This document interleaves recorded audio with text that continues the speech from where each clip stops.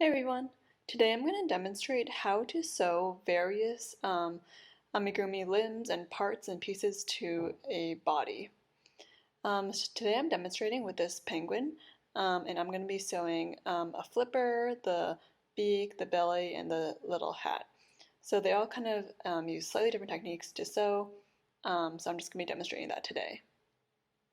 As you'll notice, the first step that I took was to actually pin down all the pieces to where I wanted them to be onto the body. I just used regular sewing pins. You can find them in any craft store. And this just helps you visualize what your amigurumi is going to look like after you finish sewing. Obviously, at this stage, you can like move things around if you don't like how they look. Often, the designer of the pattern will tell you exactly where to put any given part. Like they may tell you to count down however many rows or count up however many rows. But you can always like play around yourself with what you think looks better because it's up to you to customize your amigurumi to your heart's content. So I'm using today a bent tip tapestry needle, also known as a darning needle. I got these from Clover, and they are really helpful because the bent tip helps you kind of like come out more easily from the fabric, where with the straight needle it'll be a bit hard to just, pull it around. But it's by no means is this necessary. You can use any old darning needle if that's all you have. Okay, so today I'm going to start off by um, sewing the flipper to the body where I want it to be. And so I'm going to just thread the tail onto my tapestry needle.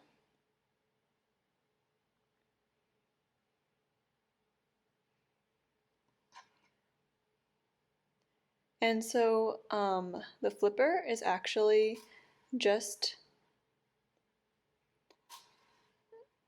it's not a piece worked in the round, it's worked flat actually, which makes my life a lot easier because then I only have 4 stitches that I need to secure down. So you notice I just took out the pin so that I can see where I'm going, and I'm just going to, since the yarn is attached to the flipper right now, I'm just going to go into the back right behind where I want it to be, and go under a stitch of the body, and I'm going to pull that through. And then I'm going to push the needle through one of the stitches of the flipper, so right here, so that it's really secured there. So now the rightmost stitch is kind of anchored down. As you can see, I've kind of just like secured it there.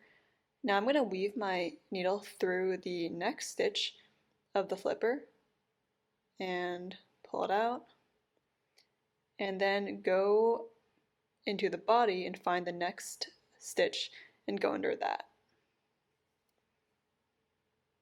So now I've anchored 2 stitches, and I'm just going to keep going in this manner until I've sewn down all 4 stitches of the flipper.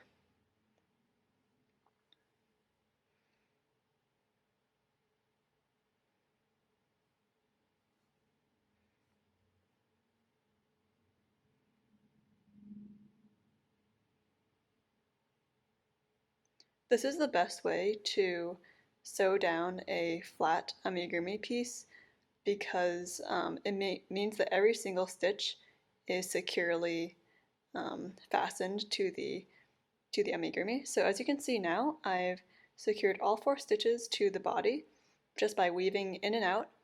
And for good measure, I would probably like go back and then just like secure it a little bit more just by going in, and maybe I'll come out over here, and then I'll just go through the first stitch. You can just go around and around until you feel like the flipper isn't going to come out and that it's really secure.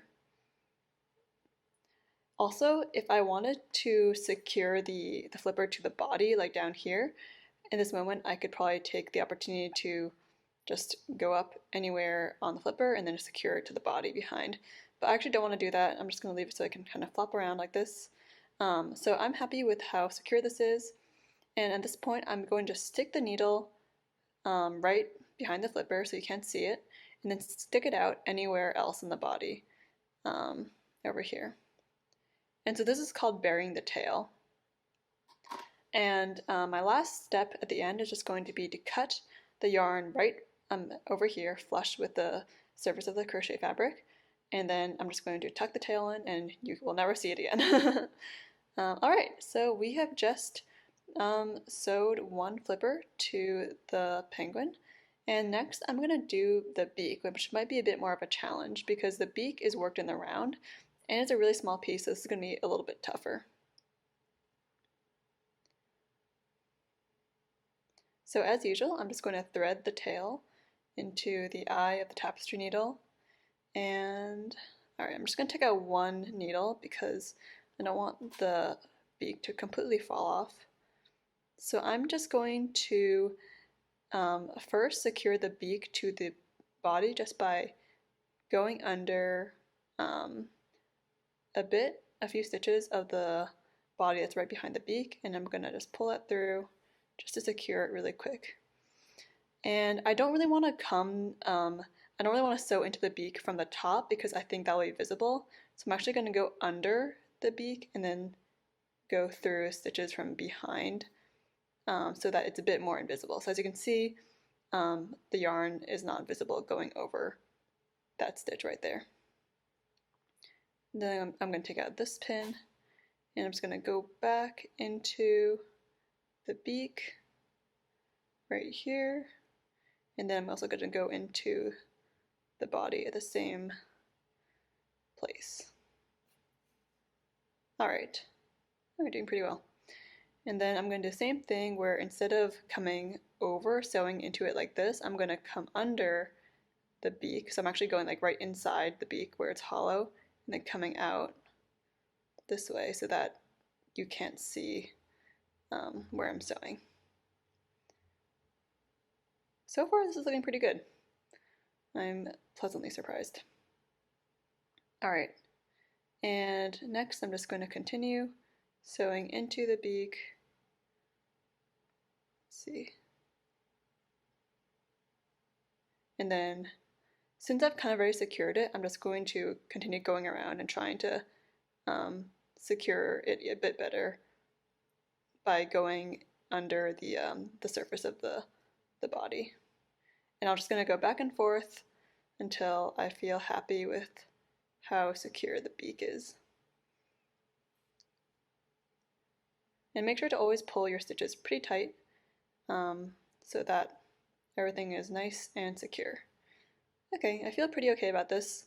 It's not really going to come off if I pull it, so I'm going to bury the tail again by just sticking the needle anywhere under the beak and then just coming out anywhere else on the body.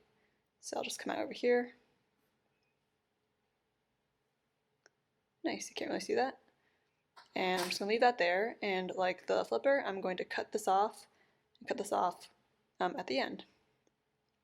So now I've got one flipper and one beak, which is, okay, we're doing great. Next I'm going to demonstrate how I sew the belly on there. I'm going to use a similar technique of just weaving in and out all of the stitches of the belly and securing them to the body one by one, little by little. So I'm going to start at the bottom and take out this, and because the yarn's already secured to the belly, my first step is going to be to go into the body. Just pick a stitch right behind where the yarn comes out, go under, and then I'll pick the next stitch on the body, go through, and then weave it through the next stitch, and then go under the body.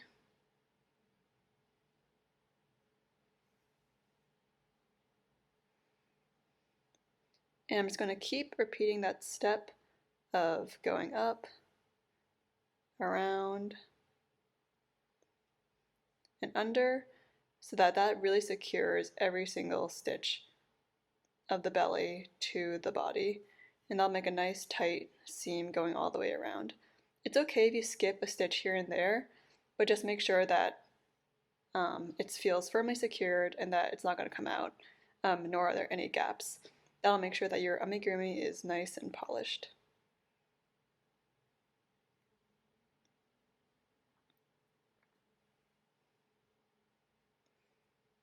So as you can see, this side is already pretty well secured.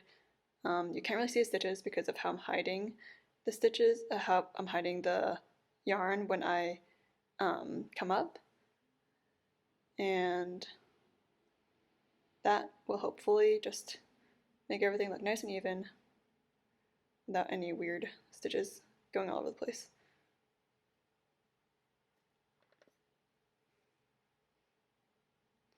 So now that I'm getting to the top, I'm going to pull the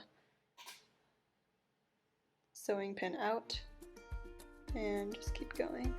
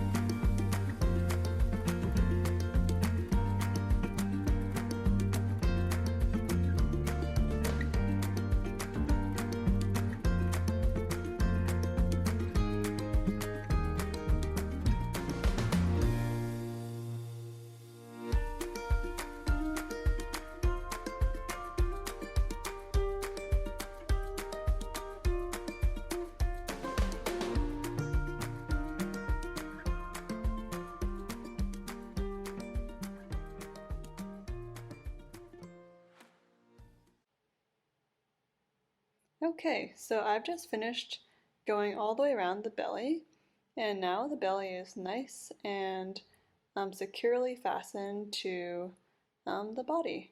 And as you can see, you can't really see the stitches because I pulled them really tight. And now for the last step, I'm just going to bury the tail like I've done before, and I'm just going to do that by inserting the hook, the needle through anywhere in the belly and then coming out somewhere else so that I can just cut it later and you won't ever see it. Which makes the belly look like it's magically sewn to the front of the body. If you really hate sewing, and I feel like I know a lot of people who really hate this step, you can always like hot glue it or just like regular glue it, and I'm sure it'll be like perfectly fine. So sometimes sewing can help you be a little bit more precise, but honestly, it's like up to you. I tend to actually be okay with sewing, so I don't mind it. Okay, now for the last step, the hat.